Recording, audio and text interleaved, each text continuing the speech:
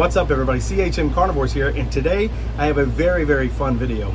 I want to talk about what are the best plants for beginners. People are just starting to get into the hobby. Now, there's a lot of those basic ones that you see out there that a lot of big box store sells, but in this video, I want to focus on the ones that are a little bit more unique, but I also think are just at the same caliber for new growers as the ones that you get in the big box stores or the ones that they try to push onto you, like a Ventrata or Miranda, which in themselves are great plants. But I want to talk about the unique ones that are going to give you a lot of variety and a lot of really cool things to look at, and are also very easy to grow. So all that and more coming your way in just a second. All right, so when it comes to the world of Nepenthes, the sky's the limit. There is a ton of different species out there, but more importantly, there are even a almost infinite number of hybrids that you can have. Now, when you're first starting to grow, I really recommend that you go with hybrids. What growers have started to do is they mix lowland and highland species together, and what this does is give you a wide range of conditions that you can grow these plants in, and it also makes them very hardy. A lot of hybrids, instead of having to grow them like a lowland in very hot temperatures or in the highland very cold temperatures or worry about nighttime temp drops, you can now grow them at a reasonable temperature, anywhere between as low as 55-60 degrees upwards of 90-95 degrees. Now, those are the parameters. You want to keep it around 70-75 degrees, but they also provide a lot of stability. A lot of species have a tendency to be very finicky when you're growing them. A hybrid brings the best of both worlds, and it allows for a very tough plant that is very forgiving, especially when you're first starting out. One of the toughest things that you can deal with is trying to get your temperatures to stay steady. You might get it locked in for a little bit, but then the humidity drops or something like that. A hybrid will give you that benefit of allowing it to dry out and be fine, allowing it to get too wet and be fine. So we're going to look at hybrids today, and I'm going to start with a more basic one that a lot of people will talk to about beginners, and then we're going to go more and more into the unique ones. All right, so the first one I'm going to talk about is one that you hear a lot in beginner videos, and that is Nepenthes briggsiana, and there's for good reason why that is. This is a mixture between ventricosa, which is a very hardy, very easy growing plant, and a lowii, which as a species can be quite finicky, but as a hybridizer, it provides a lot of stability to plants. Now, there are just about 3, I believe, main types of briggsiana. However, if you have a lowii and a ventricosa, the sky's the limit on different varieties that you can make. The benefit of this plant is it produces a profuse amount of pitchers, and they're very woody. They're not the same woody hardiness as a lowii upper by itself, but they are very tough and they will last a long time. And as you can see, they produce a lot of pitchers that are just absolutely stunning. I'm going to pull you up here to show you a different one right here. Let's see if I can get that picture in view. They can come from this color, light, very light colored, all the way down to a very maroon, like dark. And the cool thing about ventricosa hybrids in general, and briggsiana certainly is one of those, is they will produce a ton of basils. So you will get a very bushy plant that produces a ton of tough pitchers, and briggsiana, for that reason and many more, is a winner. It is very hardy, very tough plant, can survive a lot of beating, a lot of different conditions, and can dry out and still just be fine for a short period of time. And this is why I think this is number 1 on the list of some of the best plants to have for beginners. Let's look at some others. All right, so that last one is one that you would expect. You'll see a lot of those videos, like I said, a lot of beginner videos will talk about the briggsiana and the importance of that. Now let's start to get a little bit more unique. So this one I'm looking at right now is an Alata by a truncata giant. This is a little harder to find, but they are out there. And what's very beneficial about these is Alata is an extremely hardy species, and truncata is also a very hardy species. And what you have here is the vigorous growth rate of an Alata mixed with the toughness and almost the epiphytic nature of a truncata. What that means for new growers is that it can dry out for a short period of times and not hate you for it. The other really cool thing is the pitchers do not need a whole lot of moisture to produce big, beautiful pitchers, where a lot of pitcher plants will require moisture to stay healthy and produce those big, beautiful pitchers. Alata by truncata does not need that. Also, you've got another one, Alata by Caesar, which is essentially the same thing with some Murrayana mixed in. But very awesome hybrid. I highly recommend it. You will get these absolutely magnificent pitchers that will get very large. And so this plant is really a great candidate, not only for beginner growers, but for growers who want to grow their plants indoors. It will still pitcher for you at room temperature, or room humidity rather. So let's talk about another one. So we're going to get even more unique, and we're going to talk about truncata. Now, about 2 months ago, I made a video why I think truncata is one of the best beginner plants, and I firmly stand behind that. I have multiple truncatas and have had them since basically starting out. Now, the reason why I think truncata is such a good plant for beginners is it is very, very forgiving. The one thing that you don't want to do with a truncata is get it too wet, but it will absolutely be able to handle dry periods for you because it is extremely epiphytic in the wild, and they have a very small root system, so they can handle a lot of dry out periods. Now, you don't want to do it too long, obviously, but if you do have a dry out period, they will do just fine. I'm going to take you over to here. The other benefit of having a truncata is you're going to get a lot of bang for your buck. So truncatas, while they can be a little on the pricey side, a lot of sellers are starting to sell them at a very reasonable price. However, they are small when you get them.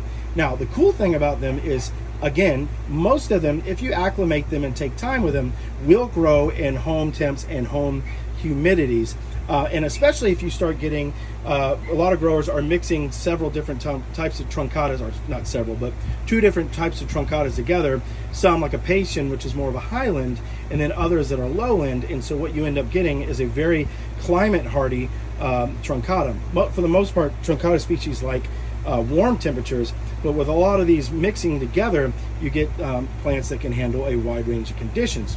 Now, the final cool thing about truncata is you're going to get big, beautiful plants that look absolutely amazing. The only caveat I would give to a truncata is that they get enormous, and so you need to make sure that you have the space. It will take time for them to grow, but once they do get big, they can get upwards of 6 feet across or more, so you need to have that plan in place, albeit it may take close to 5, 6, 7 years, up to a decade for them to get there. They are one of my favorite plants, and I do believe they make it an amazing plant for new growers. All right, now we're going to go even further down the rabbit hole of uniqueness. What you're looking at right now is Nepenthes reinwardtiana. Now, certainly in the wild, this plant is not unique. It's one of the more weedier plants of the Nepenthes world. But I will tell you, for that reason, and for a couple other that we'll talk about, it makes an absolutely great plant for beginners. It is a species and not a hybrid, but it absolutely is about as forgiving a species as you can get. It is also extremely fast growing, and it produces these very beautiful lime colored pitchers with almost this creamy interior. It's hard to get it to focus. But what's even cooler about this plant is once it matures and gets full-size pitchers, it'll start to get eyes in the back. So these 2 spots that look like eyes. Scientists still don't know what those are for, but it is very unique to this plant. Now, this plant is a weed, like I said, and will grow very, very fast for you. And again, while not a hybrid, it is a great plant for beginners. It's a little harder to find in selling. I know that Carnivorous does sell them. This is where I got this one, so keep your eye out on their site for those. I highly recommend these for new growers. Next up, we're going to get really unique, and we're going to talk about Nepenthes storylii by Aristolochioides. Now, when it comes to the Nepenthes world, you don't get a faster growing plant than this. This is an extremely, extremely vigorous growing Nepenthes, and for that reason and for more that we're going to talk about, I think it makes a great plant for new growers. Now, some of these pictures are starting to go out, but as you can see, it creates this beehive picture. And what's really cool about this plant is only about 2.5, 3 feet tall, and as you can see, it's already producing not one, I can't get in there, it has 2 flower stalks on it. This one happens to be a male, so it is a very, very profuse hybrid, the fastest growing in my mind and a lot of mind of growers out there. It is also extremely forgiving of the temperature and humidity in a room, and this is a great, great, great plant. Now, it's not hard to come by. It's not a rare plant at all. I know Saracenia Northwest puts some out every now and then, and I also know Todd's from Todd's Tropicals on eBay also has them. This is where this one came from, and so this happens to be a cutting, and like I said, it is already flowered twice for me right now. So awesome plant, great for new growers. So this next one is probably one of, if not my favorite Nepenthes. This is a glabrata by Aristolochioides. So sticking with that Aristo hybrid theme, This one is great for beginner growers because it is extremely easy to grow, very forgiving, and it also produces some of, if not the smallest pitchers of all Nepenthes hybrids and or species. It's an extremely vigorous grower. It's being hidden right now by my Alata by Caesar, but absolutely fantastic plant. This is a cutting from Todd's Tropicals, and so Glabrata and Aristo both produce these long tendrils and very diminutive pitchers, and so you get the best of both worlds with this. I recommend this for a couple reasons. One is its ease of growth. Two, because they are some of the most unique pitchers that you will see. And then three, especially with a lot of new growers, you don't have that setup yet. You don't have something that's dedicated. And so this plant is perfect because it is very, very small and will stay that way for a very long time. And so because of that, I think this is a great plant for all growers, but especially new growers.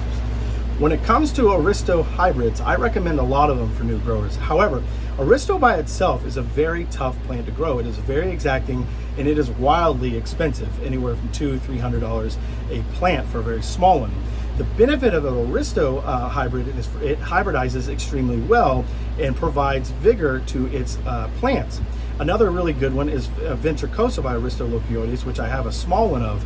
That one not only gives you the vigorousness of the ventricosa, but also gives you the vigorousness of the Aristolochioides. So that is also a really good choice. Most of the Aristos, Aristo singulana, the Aristo diabolica, I'd be a little bit careful of because diabolica tends to be a little finicky.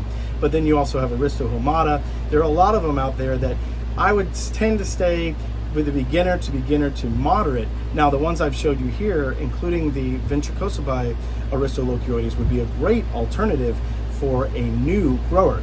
So with that, let's look at some of the other ones that we're going to show you today. So the next one I'm going to show you is Nepenthes sanguinea. Now this one happens to be from California Carnivores, and I've got two of them growing in here. They are small now, but the cool thing about Nepenthes sanguinea is they will get very large. They can get over a foot tall in their pitchers.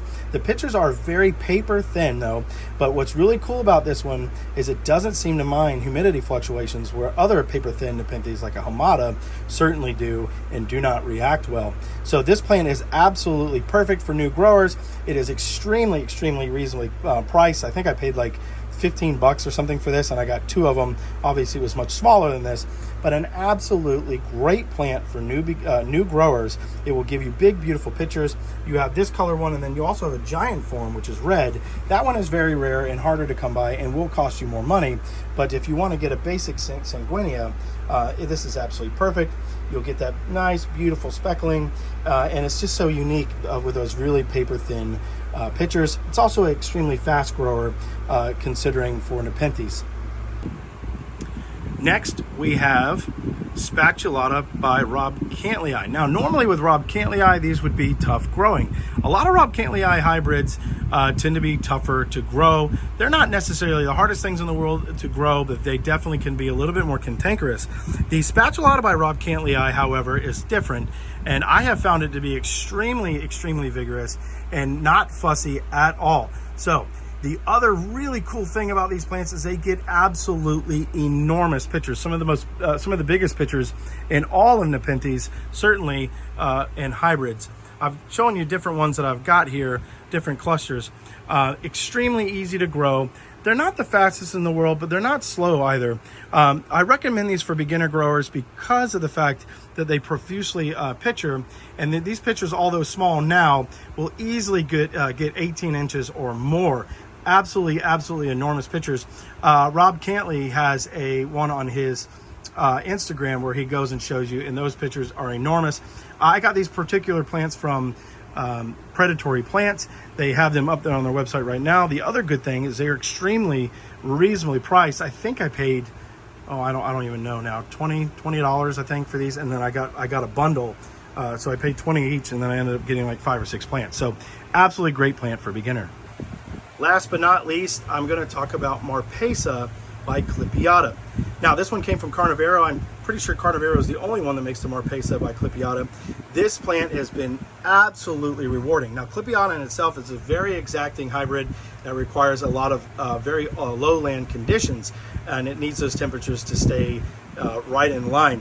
The Marpesa is almost like a Miranda, so it provides a ton of vigor to the plants. This is a very fast-growing plant, and it produces these amazing pictures that have a very clipiata shape to them, but also offer up that Marpesa, which is this almost this rose-colored lid with these speckles. This plant is one of my favorite plants that I've bought. Carnivorous sells them. I think they still have them available. Absolutely amazing plant. Gives you great clipiata shape with that mix in of that Marpesa, and for that I give this one an A+ for any new grower. So in conclusion, those are just some of the hybrids that you can use for beginners. Now I recommend them from any grower because they're absolutely fantastic plants, but specifically for beginners, they're going to give you a lot of joy. Now, one thing that happens a lot with beginners, and I was that way too, is you get very trepidatious, and so you want to stick to the really safe bets like the Ventratas and the Mirandas, and those are great plants, don't get me wrong, but they really close in the experience that you can have with these plants. And so a lot of growers, including myself, shy away for some of these more unique plants because they think with uniqueness comes a more specified growing. Now that certainly is the case with a lot of Nepenthes, but the one I've shown you are very, very forgiving, and you can have that uniqueness starting off and be able to get and enjoy the different varieties that Nepenthes, especially their hybrids, have to offer while not having all the experience.